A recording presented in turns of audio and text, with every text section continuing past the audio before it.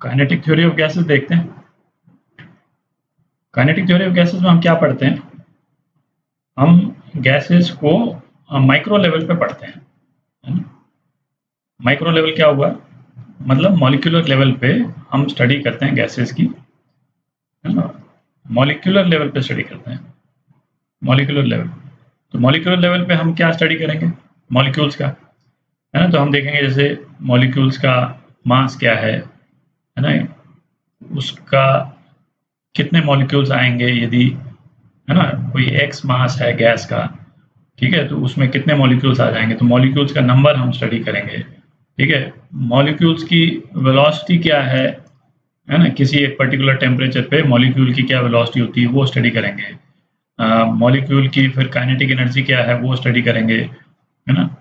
उसका मोमेंटम क्या रहता है ना, वो स्टडी करेंगे। तो, है ना, मॉलिक्यूलर लेवल पे ना आपको आइडिया लग गया कि मॉलिक्यूलर लेवल पे गैस किस तरह से बिहेव करती है, उसको स्टडी करेंगे। तो वो करते हैं, तो ये करते हैं हम काइनेटिक थ्योरी ऑफ गैस में, ठीक है।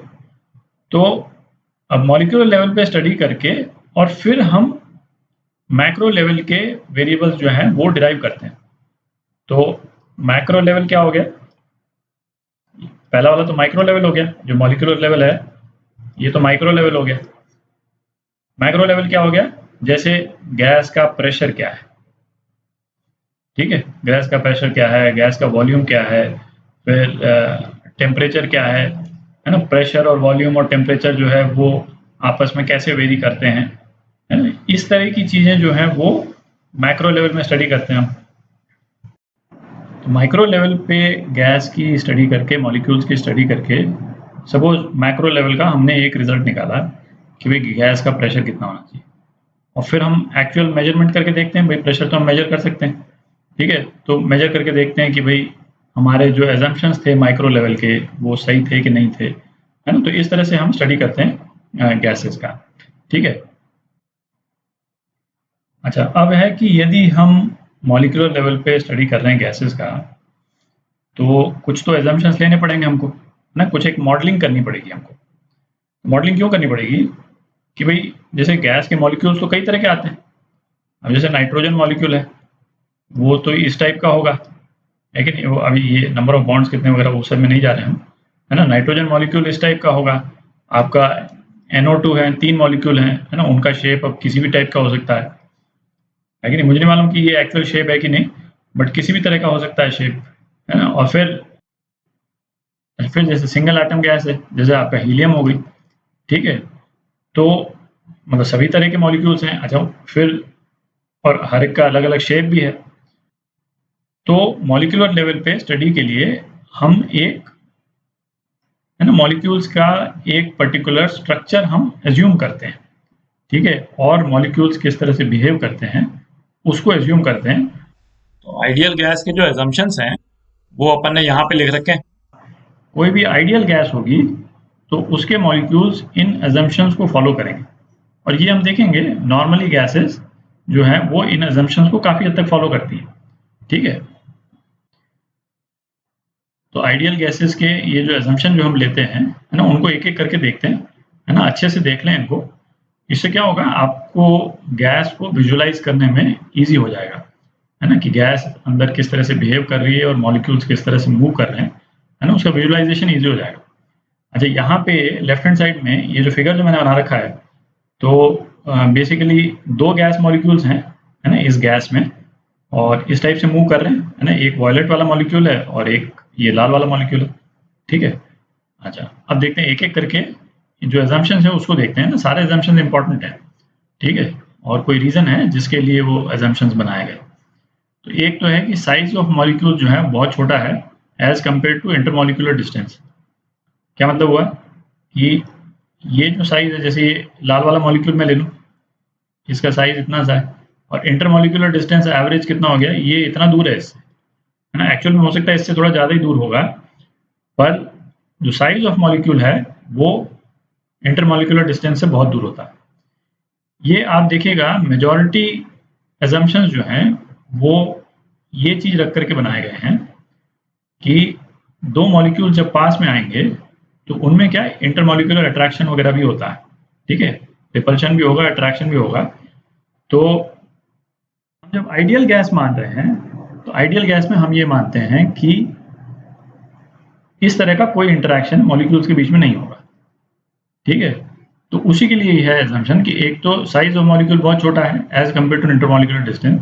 इसका मतलब ये हो गया कि ये आपस में इनका कोई इंटरेक्शन नहीं रहता है, ठीक है।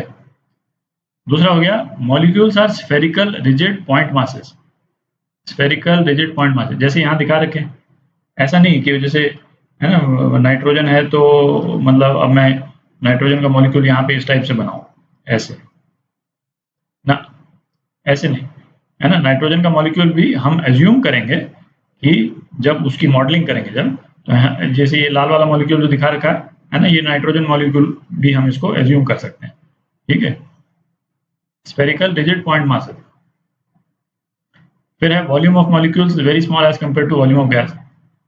इनका जो वॉल्यूम है, इन सारे मॉलिक्यूल्स को एक इकट्ठा हम एक जगह पे कर दें तो इनका वॉल्यूम जो है बहुत छोटा होता है as compare to volume of gas. और अब इसका भी कॉन्सिक्वेंस एक यही हो गया है ना, ये तो तभी होगा जब मॉलिक्यूल्स बहुत दूर दूर हैं और बहुत छोटे हैं। पहले दोनों से है ना ये आ गया कि मॉलिक्यूल बहुत दूर दूर हैं, बहुत छोटे हैं, तो भाई वॉल्यूम ऑफ गैस जो मॉलिक्यूल ऑक्यूपाई करेंगे वो तो बहुत कम होगा, ठीक है। और इससे जो है वो इंटरमॉलिक्यूलर अट्रैक्शन या और कोई दूसरा फोर्स भी नहीं एक्ट करता। अच्छा, मॉलिक्यूल्स रैंडम मोशन मूव कर रहे हैं, दिख ही रहा है इसमें, है ना, रैंडमली मूव कर रहे हैं, है ना? कोई किस तरफ किसी डायरेक्शन में जा रहा है, कोई किसी डायरेक्शन में जा रहा है, और न्यूटन्स लॉ को फॉलो करते हैं। तो इसका मतलब ये हो गया कि जो हमने मोमेंटम, काइनेटिक एनर्जी वगैरह के जितने प्रिंसिपल्स वगैरह पढ़े थे, लेकिन तो वो सारे के सारे हम मॉलिक्यूलर लेवल पे भी हम लगा सकते हैं, ठीक है। लगा करके हम देखते हैं, फिर हम कुछ कैलकुलेट करके देखते हैं, अभी करेंगे नेक्स्ट वीडियो में कैलकुलेट, है ना, प्रेशर कैलकुलेट करके देखेंगे और फिर देखते हैं कि एक्चुअल रियल लाइफ के प्रेशर के बराबर आ रहा है कि नहीं आ रहा, ठीक है। अच्छा, और ये बहुत इंपॉर्टेंट एजम्पशन है कि कोई अट्रैक्टिव या रिपल्सिव फोर्स मॉलिक्यूल्स के बीच में नहीं एक्ट करता है, ठीक है। द ओनली इंटरैक्शन मॉलिक्यूल्स के बीच में, ओनली इंटरैक्शन क्या है, यदि आपस में टकरा गए, ठीक है, बस आपस में टकरा गए, उसके अलावा कोई इंटरैक्शन नहीं। तो ऐसा नहीं है कि जैसे ये मॉलिक्यूल है और इस मॉलिक्यूल के बगल से गया तो टकराया भी नहीं, बट यहाँ पे जाते जाते जब यहाँ पहुंचा तो कुछ इंटरमॉलिक्यूलर अट्रैक्शन कुछ हो गया, है ना, और इस मॉलिक्यूल का पाथ चेंज हो गया, कुछ ऐसा नहीं होता, ठीक है। मतलब ऐसा हम एज्यूम नहीं करते हैं, हमारे एजम्पशन में है कि भाई या तो टकराएगा और या फिर जो है कुछ भी नहीं होगा, ठीक है। और इलास्टिक कोलिजन होते हैं, ठीक है। इलास्टिक कोलिजन इसलिए भाई कोई और दूसरा फोर्स लग ही नहीं रहा है, तो है ना, प्योर इलास्टिक कोलिजन है। डेंसिटी ऑफ गैस है यूनिफॉर्म है थ्रू आउट, ये इससे भी मतलब एक तरह से उसका कॉन्सिक्वेंस है, भाई रैंडम मोशन होगा तो हर मोशन हर डायरेक्शन में इक्वली प्रोबेबल होगा। तो ऐसा हो नहीं सकता कि कोई गैस जो है किसी एक किसी एक पोर्शन में कॉन्सेंट्रेशन बढ़ जाए उस गैस का अचानक, है ना, वो पॉसिबल नहीं है, ठीक है। अच्छा, अब है कि सभी जो गैसेज हैं, है ना, all gases approximate ideal behaviour at high temperature and low pressure, ठीक है। तो ये क्यों होता है ये भी देख लें। जैसे यदि पहले प्रेशर देखते हैं, है कि नहीं, अपना मेन क्या है, इंटरमॉलिक्यूलर अट्रैक्शन नहीं होना चाहिए। किसको अवॉइड करना है अपने को, इसको अवॉइड करना है, ये इंपॉर्टेंट है। आइडियल गैस के लिए हमको इसको अवॉइड करना है, ठीक है। ये हो गया तो गैस आइडियल नहीं रहेगी, उसमें फिर है ना दूसरे तरह के इश्यूज आ जाते हैं।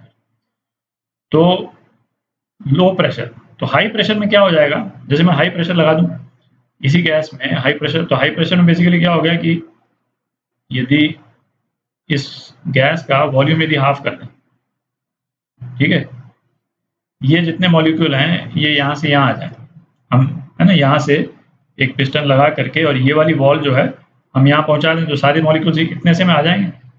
तो ये तो ऑब्वियस ही आपको दिख रहा है कि एक तो मॉलिक्यूल्स के बीच में डिस्टेंस खत्म हो जाएगा, मतलब कम हो जाएगा, प्रेशर जैसे जैसे बढ़ता जाएगा तो डिस्टेंस कम हो जाएगा।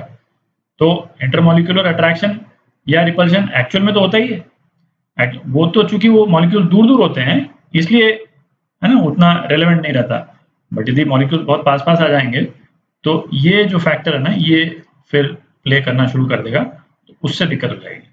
ठीक है, तो एक तो ये हुआ।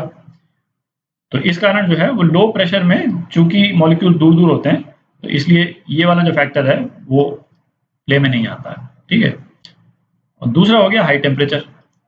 तो हाई टेम्परेचर क्यों? हाई टेम्परेचर वही सेम कारण वही है कि जैसे सपोज कोई मॉलिक्यूल है ना, सपोज ये मॉलिक्यूल है और ये इसके बगल से जा रहा है। ठीक है, इसके बगल से जा रहा है, तो यदि इसकी वेलोसिटी तेज होगी तो ये इंटरमॉलिक्यूलर जो फोर्सेस हैं वो उतना उसको इम्पैक्ट नहीं कर पाएंगे, इसकी वेलोसिटी को उतना इम्पैक्ट नहीं कर पाएंगे।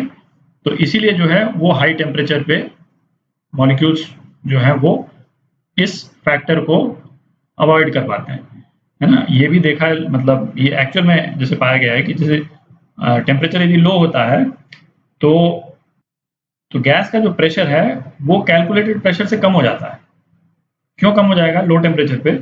क्योंकि अब जैसे प्रेशर आता कैसे है, प्रेशर बेसिकली मॉलिक्यूल जो है वो वॉल से टकराता है, अभी नेक्स्ट वीडियो में कैलकुलेट करेंगे। तो मॉलिक्यूल जब वॉल से टकराते हैं तो उससे प्रेशर जनरेट होता है। ठीक है, तो लो टेम्परेचर पे क्या होगा कि अब जैसे ये मॉलिक्यूल यदि टकराया, इस वाली वॉल से टकराया, है ना, तो वॉल से टकराया, इसकी सपोज वेलोसिटी v है, पर यदि इस मॉलिक्यूल ने इसको पीछे की तरफ खींच लिया, है ना, मॉलिक्यूलर अट्रैक्शन से, किसी कोलिजन वगैरह से नहीं, मॉलिक्यूलर अट्रैक्शन से पीछे खींच लिया, तो v वेलोसिटी जो है ये कम हो जाएगी। ठीक है, कोई भी जैसे ये वाला है ना, ये है, यदि ये यहाँ पे यदि टकराता है ये वाला मॉलिक्यूल, पर ये वाला मॉलिक्यूल इसको पीछे की तरफ खींच लेता है थोड़ा सा, तो इसकी वेलोसिटी कम कर देगा, तो वेलोसिटी कम कर देगा तो इसका मोमेंटम कम हो जाएगा, है ना। तो मोमेंटम इम्पार्ट करता है, तो उससे, है ना, rate of change of momentum अगले वाले उसमें वीडियो में हम देखेंगे, तो उससे फोर्स आएगा और फिर उससे हम निकालते हैं प्रेशर, तो प्रेशर कम हो जाता है लो टेम्परेचर पे। तो इसीलिए हाई टेम्परेचर पे गैसेस जो हैं वो आइडियल गैस अप्रोक्सीमेट करती। ठीक है, तो ये ओवरऑल एजम्पशंस हैं आइडियल गैस के, ये आपके दिमाग में रहना चाहिए।